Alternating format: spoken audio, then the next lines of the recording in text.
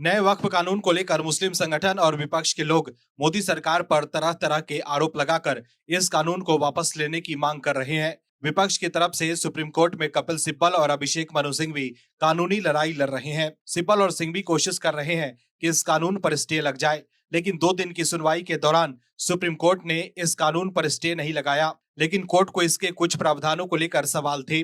फिलहाल मोदी सरकार ने अदालत से ये कह दिया है कि अगली सुनवाई तक इस कानून के कई अहम प्रावधानों को लागू नहीं करेगी। वहीं कांग्रेस लगातार वक्फ के नाम पर राजनीति कर रही है और देश के लोगों को बरगलाने की कोशिश कर रही है। वो जनता को समझा रही है कि नए वक्फ कानून से आपका धर्म मुश्किल में पड़ जाएगा। कपिल सिब्बल और अभिषेक मनु सिंघवी भी नए वक्फ कानून को असंवैधानिक बता रहे हैं।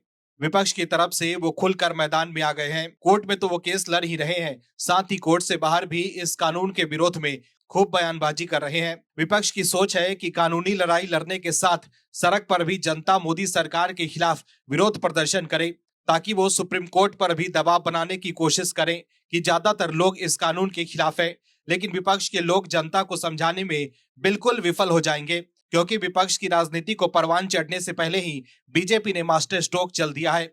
विपक्ष ने अभिषेक मनु सिंघवी और कपिल सिब्बल को देश की सुप्रीम अदालत में लगा दिए हैं नए वक्फ कानून के खिलाफ, लेकिन बीजेपी जनता की अदालत में पहुंच गई है, ये बताने कि किस तरह से बीजेपी देश के गरीब अल्पसंख्यक लोगों के लिए काम कर रही है। बताते हैं आपको कि कैसे बीजेपी ने अपने मास्टर प्लान से विपक्ष को करारा जवाब दिया है। दरअसल नए वक्फ संशोधन कानून को लेकर देश में जारी सियासी घमासान के बीच बीजेपी अब मोर्चा संभालने को तैयार है।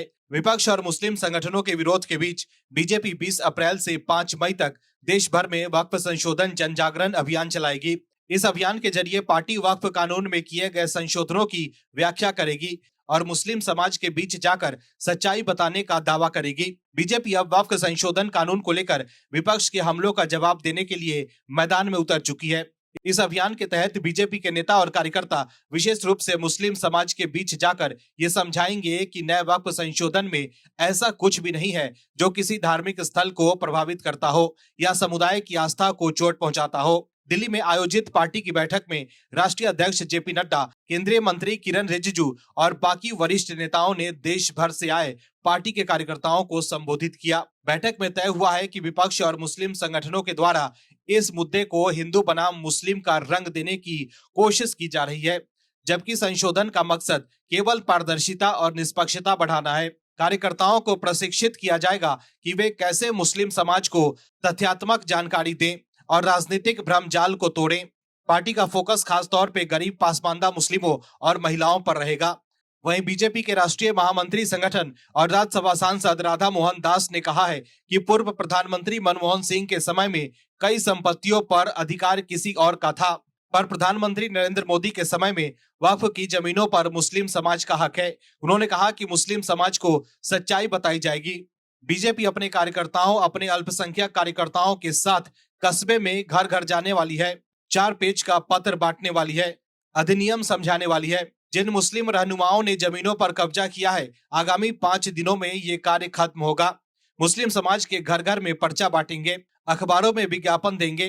दर्शकों, विपक्ष सिर्फ मुस्लिमों को बीजेपी का डर दिखाकर वोट लेना चाहता है। कांग्रेस ने कभी प्रयास ही नहीं किया है कि मुस्लिम आर्थिक और सामाजिक रूप से मजबूत हो, और अब जब ये कानून आया है तो विपक्ष के लोग राजनीति चमकाने की कोशिश कर रहे हैं। लेकिन अब बीजेपी भी मैदान में उतरकर विपक्ष को करारा जवाब दे रही है। Bureau report, OMH news. आप दर्शकों से विनम्र निवेदन है कि चैनल को सब्सक्राइब जरूर करें